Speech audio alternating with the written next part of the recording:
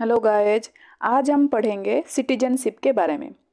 The constitution deals with the citizenship from article 5 to 11 under part 2। हमारे constitution के part 2 में article 5 to 11 में citizenship के बारे में मेंशन किया गया है। A citizen is a person who enjoy full membership of the community जहाँ पे वो रहता है। और इंडिया में सिंगल सिटीजनशिप है, ना कि डुअल सिटीजनशिप।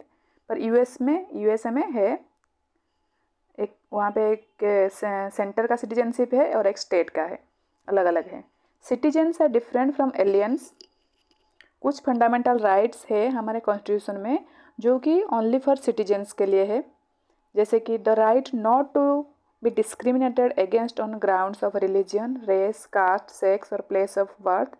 इसमें कोई डिस्क्रिमिनेशन नहीं होगा। ये आर्टिकल 15 में मेंशन किया गया है। ये ओनली सिटीजन्स के लिए है, ना कि आउटसाइडर्स के लिए। आर्टिकल 16 में जो मेंशन किया गया है the right to equality of opportunity in public employment, ये भी हमारे ओनली इंडिया के सिटीजन्स के लिए है, ना कि आउटसाइडर के लिए।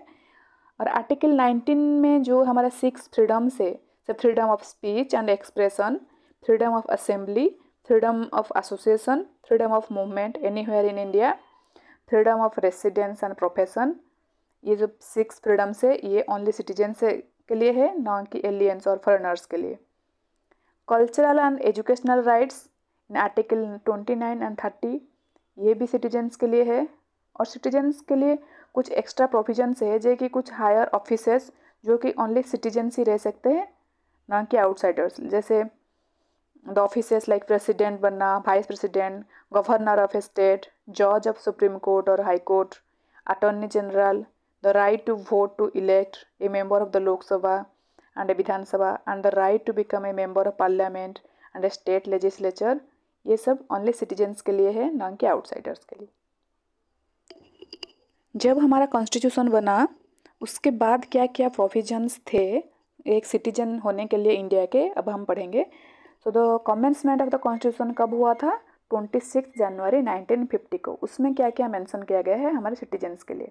Every person who has a domicile in the territory of India and domicile means का उनका परमानेंट घर हो इंडिया में, and who was born in the territory of India, वो इंडिया में ही पैदा हुआ, और either of whose parents was born in the territory of India, either of whose parents मतलब उसका मदर है हो या फादर हो, कोई भी इंडिया में बर्न किया गया हो, who has been ordinarily residing in the territory of India for not less than 5 years immediately preceding such commencement। जब हमारा इंडिया का कॉन्स्टिट्यूशन कमेंसमेंट मीन्स 26 जनवरी 1950 से 5 साल पहले से ही वो इंडिया में रह रहा हो।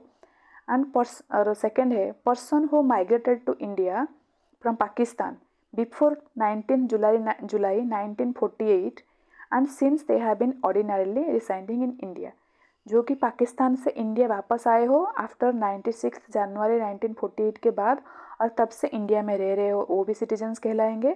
और persons who migrated to India from Pakistan on और आफ्टर 19 जुलाई 1948 के बाद जो भी इंडिया के पीपल पाकिस्तान चले गए हों पर बाद में वो वापस आए हो और डुअली रजिस्टर्ड किया गया हो किसी इंडिया के कॉम्पिटेंट ऑफिसर, जिनको भी इस काम के लिए वही सिटीजनशिप के लिए जिनको भी आसान किया गया हो, उनके अंडर उन्होंने डुअली रजिस्टर्ड किया गया होगा, वो भी कहलाएंगे हमारे citizens. But have been residing in India for the last 6 months. जब लास्ट 6 मंथ में 6 मंथ से पहले वो इंडिया में रह रहे होंगे और डुअली रजिस्टर्ड किया होगा किसी कॉम्पिटेंट ऑफिसर्स के थ्रू, तो वो लोग भी इंडिया के सिटीजन्स कहलाएंगे। And the persons who migrated to Pakistan after 1 March 1947, 1 March 1947 के बाद वो पाकिस्तान चले गए होंगे पर फिर से वापस आए होंगे return to India for resettlement, India में सेटल होने के लिए। और जब ये कॉन्स्टिट्यूशन हमारा बना, जब ये वो सिटीजनशिप के लिए रजिस्टर किए गए हैं, उससे पहले लास्ट 6 मंथ से पहले मतलब जब हमारा कॉन्स्टिट्यूशन बना, कमेंसमेंट ऑफ द कॉन्स्टिट्यूशन 1950 26 जनवरी 1950 से पहले से वो लास्ट 6 मंथ रह रहे होंगे, वो भी सिटीजन्स कहलाएंगे इंडिया के। और एनी पर्सन हु और एदर ऑफ हुज पेरेंट्स, वो पर्सन होगा और उसके पेरेंट्स और any of whose grandparents was born in undivided India, वो भी सिटीजन्स कहलाएंगे। इधर उसका जन्म हुआ हो और उसके पेरेंट्स का और उसके ग्रैंड पेरेंट्स का born in India, undivided India means India Pakistan जब यूनाइटेड था, जब एक था, उस टाइम अगर किसी का जन्म हुआ होगा वो भी कहलाएंगे इंडिया के citizens. But no person will be deemed to be citizen if he voluntarily acquire the citizens of a foreign state, of किसी फॉरेन स्टेट का उन्होंने सिटीजनशिप ले लिया हो तो ऑटोमेटिकली इंडिया का सिटीजनशिप कैंसिल हो जाता है। फिर 1955 में एक सिटीजनशिप एक्ट आया, इसमें बताया गया है एक्विजिशन और लॉस ऑफ सिटीजनशिप के रूल्स। और ये सिटीजनशिप एक्ट 1955 ये 9 बार अमेंडमेंट किया गया है इसको। एक 1957 में हुआ है, फिर 1960 में, 1985, 1986, 1992, 2003, 2005, 2015 एंड अभी रिसेंटली 2019 में भी हुआ है। Originally, the Citizenship Act 1955 also provided for the Commonwealth citizenship, but इसको रिपील किया गया है with the Citizenship Amendment Act 2003। The acquisition of citizenship में ये इसमें 5 ways है। The Citizenship Act 1955 prescribes 5 ways of acquiring citizenship: by birth, by descent, by registration, by naturalization and by incorporation of territory. First हम पढ़ेंगे by birth कैसे citizenship मिलता है। A person born in India on और after 26 जनवरी 1950 को जब पैदा हुआ है और उसके बाद बट बिफोर 1 जुलाई 1987 उसको इंडिया का सिटीजन माना जाएगा। By birth irrespective of the nationality of his parents, के पेरेंट्स का कोई भी नेशनलिटी हो पर अगर वो इंडिया में पैदा हुआ है तो इसको इंडिया का सिटीजन माना जाएगा। ए person born in India after 1 जुलाई 1987 उसको सिटीजन माना जाएगा अगर if either of his parents is a citizen of India at the time of his birth. 1 जुलाई 1987 के बाद अगर उसका जन्म इंडिया में हुआ है और उसका एटलीस्ट एक पेरेंट इंडिया का सिटीजन हो तो उसको भी इंडिया का सिटीजन माना जाएगा। Further after 3 December 2004 those born in India are considered citizens of India only if both of their parents are citizens or one of his parents is a citizen of India and other illegal migrant न हो। मतलब दूसरे किसी country से आया हो पर illegally नहीं, लीगल वे में आया हो तो उसको भी इंडिया का सिटीजन माना जाएगा। ये था बाय बर्थ। फिर हम जानेंगे बाय डिसेंट कैसे सिटीजनशिप मिलता है। फर्स्ट जो बाय बर्थ मीन्स इंडिया में पैदा हुए हैं। Bye decent A person born outside India on और आफ्टर 26 जनवरी 1950 के बाद उसका पैदा हुआ हो मतलब इंडिया में, इंडिया के बाहर, बट बिफोर 10 दिसंबर 1992 उससे सिटीजनशिप मिलेगा if his father was a citizen of India at the time of his birth. और a person born outside India after 10 December 1992 on और after 10 December 1992 is considered as a citizen of India if either of his parents, mother हो या father हो, कोई भी parent India का citizen हो तो उसे भी सिटीजनशिप मिलेगा। And from 3 December 2004 onwards A person born outside India shall not be citizen of India by decent, उसे सिटीजनशिप नहीं मिलेगा unless his birth is registered 3 December 2004 के बाद जिसने पैदा हुआ आउटसाइड इंडिया में, अनलेस इज उसका आफ्टर बर्थ उसको रजिस्टर किया जाना चाहिए with the Indian consulate with 1 year, उसके पैदा का 1 साल के अंदर ही उसको रजिस्टर करना चाहिए। और विथ द अगर वो एक्सपायर हो गया हो, उसका रजिस्टर नहीं किया गया हो तो सेंट्रल गवर्नमेंट से परमिशन लेके एक्सपायर डेट के बाद भी उसको रजिस्टर किया जाना चाहिए, तभी उसे सिटीजनशिप मिलेगा। फिर हम जानेंगे बाय रजिस्ट्रेशन कैसे सिटीजनशिप मिलता है। द सेंट्रल गवर्नमेंट में on an application register as citizen of India if following way कुछ है आइटम्स की किसके अंडर आएगा citizenship. By registration the central government में on an application register as a citizen of India any person if he belongs to any of the following categories fulfil किया हो, इनमें से कोई भी एक। और not being an illegal migrant नहीं हो, किसी दूसरे कंट्री से वो इलीगल माइग्रेंट ना हो। A person of Indian origin who is ordinarily resident in India for 7 years before making an application for registration देने से पहले वो 7 years इंडिया में ही रह रहा हो। और a person of Indian origin who is ordinarily resident in India in any country or place outside undivided India by registration उसको भी मिलेगा। A person who is married to a citizen of India and is ordinarily resident in India 7 years से पहले तक, registration जब apply किया होगा उससे 7 ईयर से पहले तक वो भी रह रहा होगा, उसको भी सिटीजनशिप मिलेगा। Minor children of persons who are citizens of India, उनको सिटीजनशिप मिलेगा। A person of full age and capacity whose parents are registered as a citizen of India, और a person of full age and capacity who और either of his parents was earlier citizen of independent India and has been residing in India for 1 year immediately before making an application for registration. Means either of a person of full age, means 18 years से above हुआ हो उसका as, और and which either of his parents was earlier independent India, जब undivided India में was earlier citizens of independent India का citizen हो, and has been residing in India, जो रजिस्ट्रेशन किया करेंगे उससे 1 साल पहले तक और इंडिया में रह रहे होंगे, उनको भी सिटीजनशिप मिलेगा। A person of full age and capacity who has been registered as an overseas citizen of India for 5 years and who has been residing in India for 1 year before making an application for registration। Means a person जो कि overseas citizen of India, मतलब India से बाहर रह रहा है, 5 साल India में बाहर रह रहा है, बट जब रजिस्ट्रेशन किया उससे 1 साल पहले वो इंडिया में रह रहा है तो उसको भी सिटीजनशिप मिलेगा। और any person who has resided in India through out the period of 12 months और 1 year immediately before making an application for registration, and he has resided in India during 8 years immediately preceding the said period of 12 months or 1 year for a period of not less than 6 years। इतना याद रखने की जरूरत नहीं है, a important है। A person shall be deemed to be of Indian origin if he or either of his parents was born in undivided India or in such other territory which became part of India after the 15th August 1947, उनको citizenship मिलेगा। ये important है, जो भी red colour में है वो important है। The territory became part of India after 15th August 1947, जैसे था वो जूनागढ़ है, हैदराबाद और जम्मू कश्मीर, ये सब बाद में ऐड हुआ इंडिया में।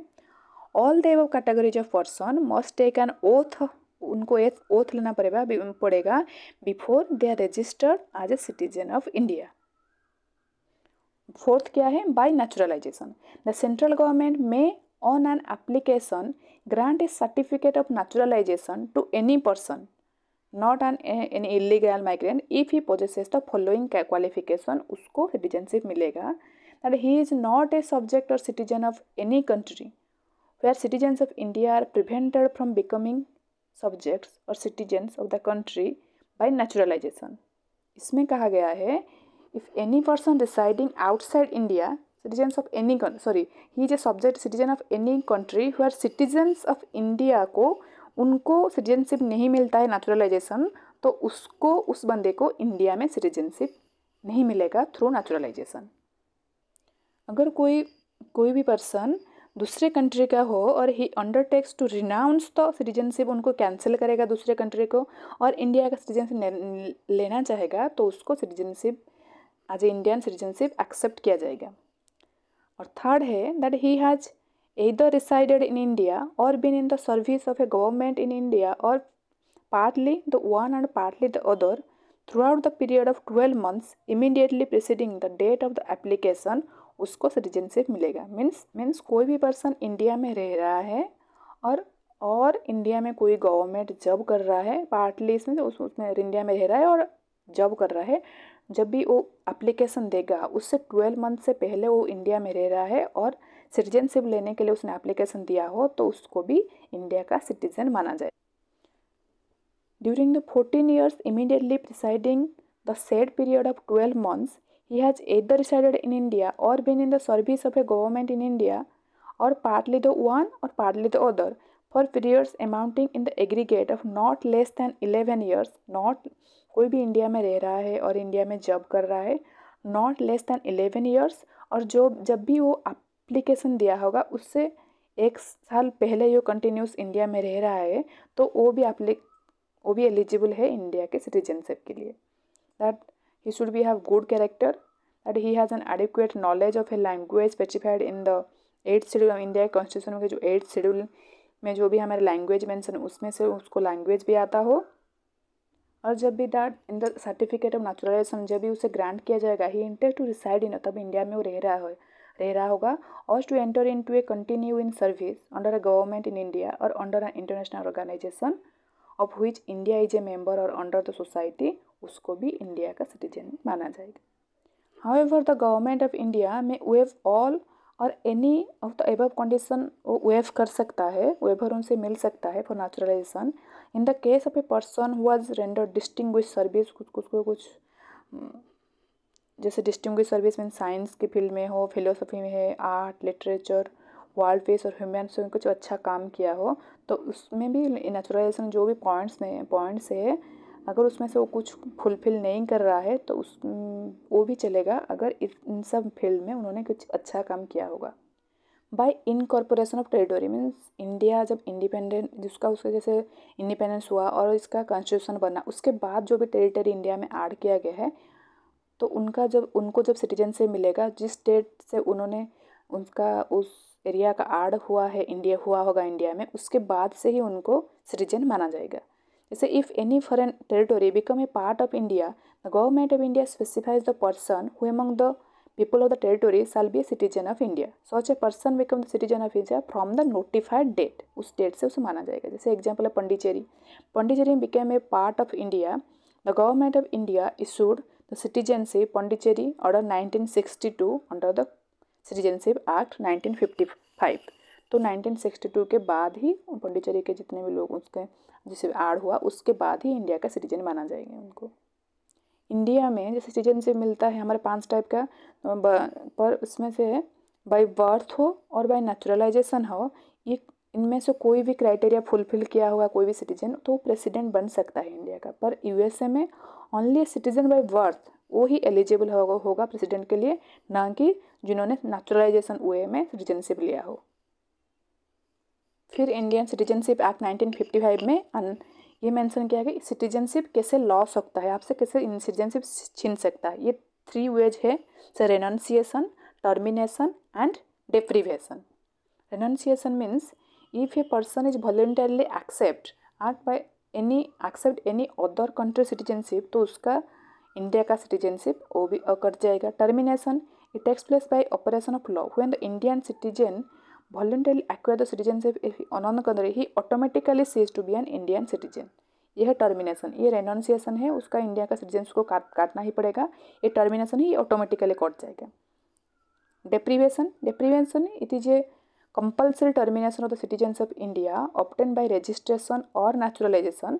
जिन्होंने भी रजिस्टर किया गया हो इंडिया का सिटीजनशिप मतलब उसको कोई पर्सन अगर रजिस्ट्रेशन के थ्रू और नेचुरलाइजेशन के थ्रू से इंडिया का सिटीजनशिप मिला है उसका इंडिया का सिटीजनशिप कट जाएगा through the deprivation if the citizenship is deprived on the basis of an order of the government of India in case involving an accusation of Indian citizenship by fraud, false representation and concealment of material fact or being disloyal to the constitution। अगर कोई भी person जिसे भी registration के through और naturalisation के through उसे India का सिटीजनशिप मिला है बट उनको इंडिया का सिटीजनशिप मिलने के बाद उसने कोई अगर उसका कोई फ्रॉड केस में नाम आया, फॉल्स रिप्रेजेंटेशन हुआ और डिसलॉयल रहा इंडिया का कॉन्स्टिट्यूशन के लिए तो उसका भी इंडियन का सिटीजनशिप उसका कट जाएगा।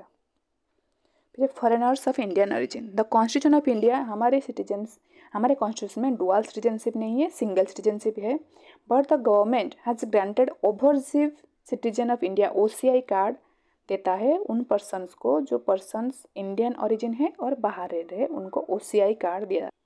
OCI कार्ड के लिए कौन कौन अप्लाई कर सकते हैं, कार्ड होल्डर कौन बन सकते हैं, एक्सेप्ट फ्रॉम पाकिस्तान और बांग्लादेश, इनको नहीं मिलेगा OCI card. Who is a citizen of another country but was a citizen of India at the time of और at any time after the commencement of the constitution, वो इंडिया का जब constitution बना उसके बाद से वो इंडिया का सिटीजन है पर अभी बाहर रह रहा है तो उसको OCI कार्ड मिलेगा। सेकेंड है who is citizen of another country but was eligible to become a citizen of India at the time of commencement of the constitution, अगर कोई दूसरे कंट्री का सिटीजन है पर जो भी हमारे जो कॉन्स्टिट्यूशन में हमारे प्रोविजंस है उसके अकॉर्डिंग उसको उसमें मेंशन किया गया है कि वो इंडिया का सिटीजन बन सकता है तो उसको भी OCI कार्ड मिलेगा। Who is a citizen of another country but belong to a territory that became part of India after 15 August 1947, तो जो भी इंडिया का सिटीजन बना आफ्टर 1950 बिलोंग टू टेरिटरी, जब इंडिया एक्वायर किया दूसरे टेरिटरी को उसके बाद एक्वायर किया, मतलब जैसे जूनागढ़, हैदराबाद, जम्मू कश्मीर, उन्होंने बाद में ऐड हुए तो उनके सिटीजन्स को, उनके पीपल को भी सिटीजनशिप OCI कार्ड मिल सकता है। और हु इज ए चाइल्ड और a grandchild of a great grandchild of such citizen, जो भी ऊपर मेंशन किया गया जिनको OCI कार्ड मिल सकता है, उनके चाइल्ड हो या ग्रैंड चाइल्ड उनको भी OCI कार्ड मिलेगा और उनको भी OCI कार्ड मिलेगा। और a person who is a minor child of a person mention in the clause, उन पर्सन हो माइनर चाइल्ड मीन्स 18 ईयर से कम हो उसको भी OCI कार्ड मिलेगा। A person who is a minor child and whose both parents are citizen of India, और वो उसके बोथ पेरेंट्स सिटीजन हो और उसके एक पेरेंट सिटीजन हो इंडिया का तो उसको भी OCI कार्ड मिलेगा। और स्पाउस ऑफ फॉरेन ओरिजिन को भी इंडियन सिटीजन किसी भी और उनकी वाइफ और हस्बैंड हो फॉरेन ओरिजिन का तो उनको भी OCI कार्ड मिल सकता है। OCIs are entitle to multiple entry कर सकते हैं, मल्टीपर्पज़ के लिए आ सकते हैं, लाइफ लॉन्ग वीसा उनको मिलेगा, no requirement to register with police में रजिस्ट्रेशन करने की जरूरत नहीं पड़ेगा, they can live and work in India और in the country for their naturalization, they are eligible to work in any private company।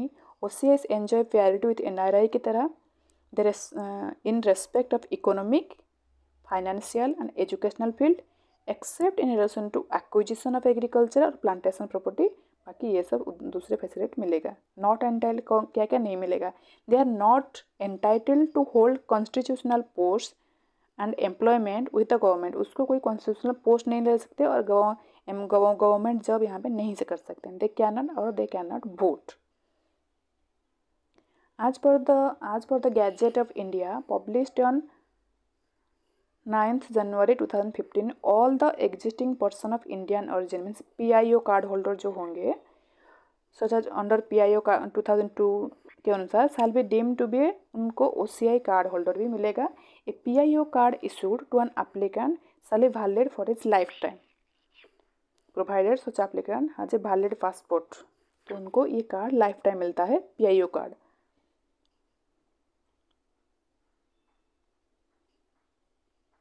तो सिटीजनशिप में इतना ही। Thank you for watching this video.